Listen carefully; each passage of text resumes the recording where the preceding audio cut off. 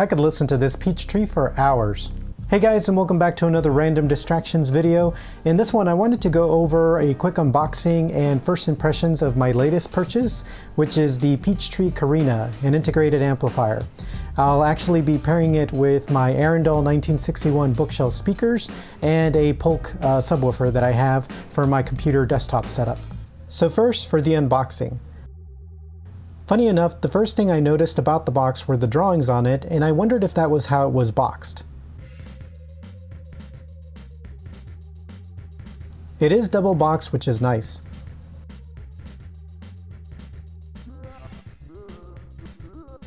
At the top we have a small manual, a remote, and a small white box that has some batteries, the Bluetooth antenna, and a good lengthy power cable. Oh, and it looked like the drawings do correspond to how it's packed, which is kind of a fun detail. I went with the gloss black version, and my initial thought was that it looked nice, and the black is really glossy. It is also heavier than expected, considering it uses a Class D amp.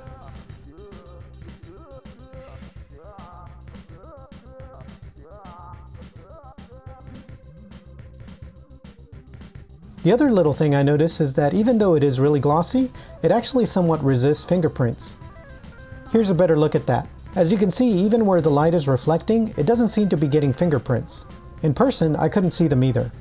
Happily surprised by that, but we'll see if that holds up with use.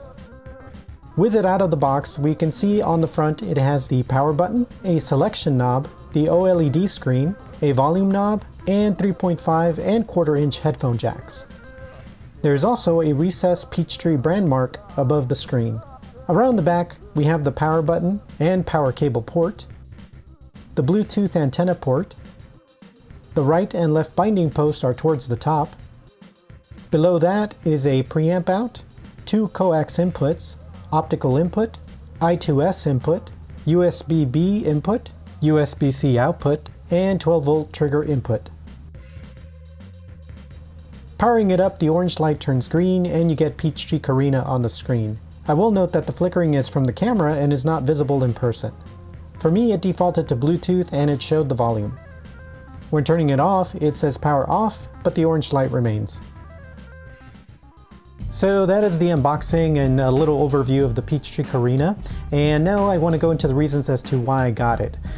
So I have a pair of Arendal 1961 bookshelf speakers that are currently just in the closet, and I've been wanting to use them for my computer desktop system. Over the past few months I had been looking at a couple of different integrated amps, and some of the offerings from Peachtree sounded really good. And then a while back I got an email from Peachtree saying that the Carina was on sale. So instead of $24.99, they were selling it for $15.99. I thought this was a pretty good deal considering the specs and everything, so I decided to jump on it.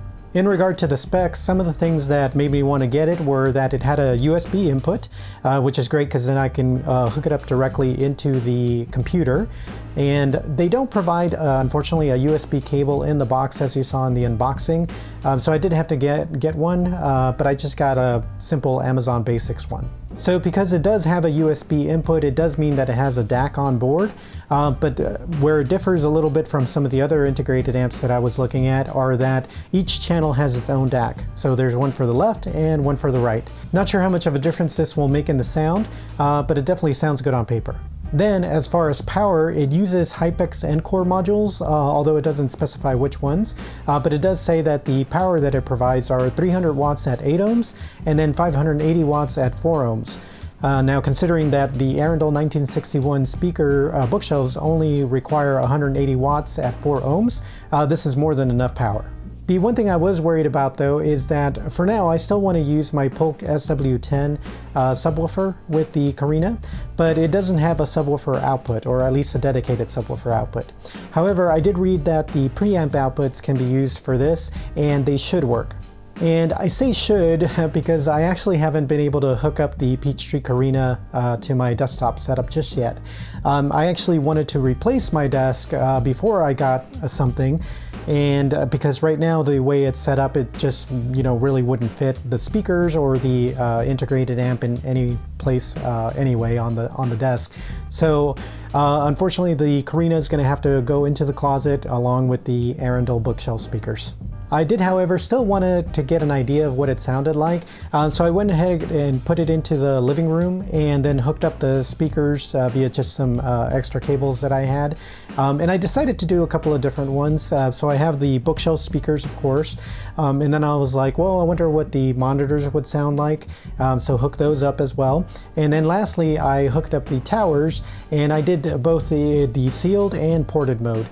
So I will go ahead and show those clips along with an RTA capture from REW to kind of show, or at least get an idea of what it sounds like in the room.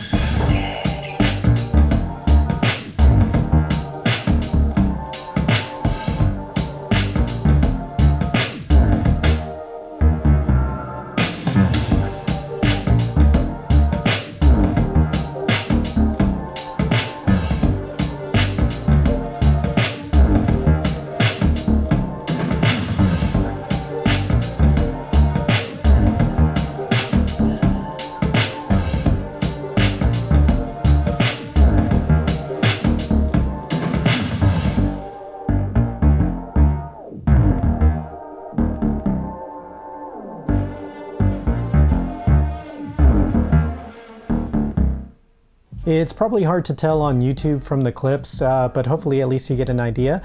In person, the standouts for me were definitely the towers, because it really sounded the fullest.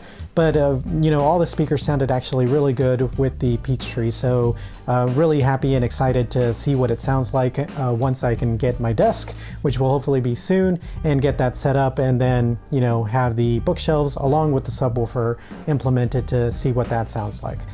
Well, that's all that I have for this video. I would definitely appreciate a like, of course, on this one, and make sure to subscribe and hit that notification bell so you'll be notified when the next one drops.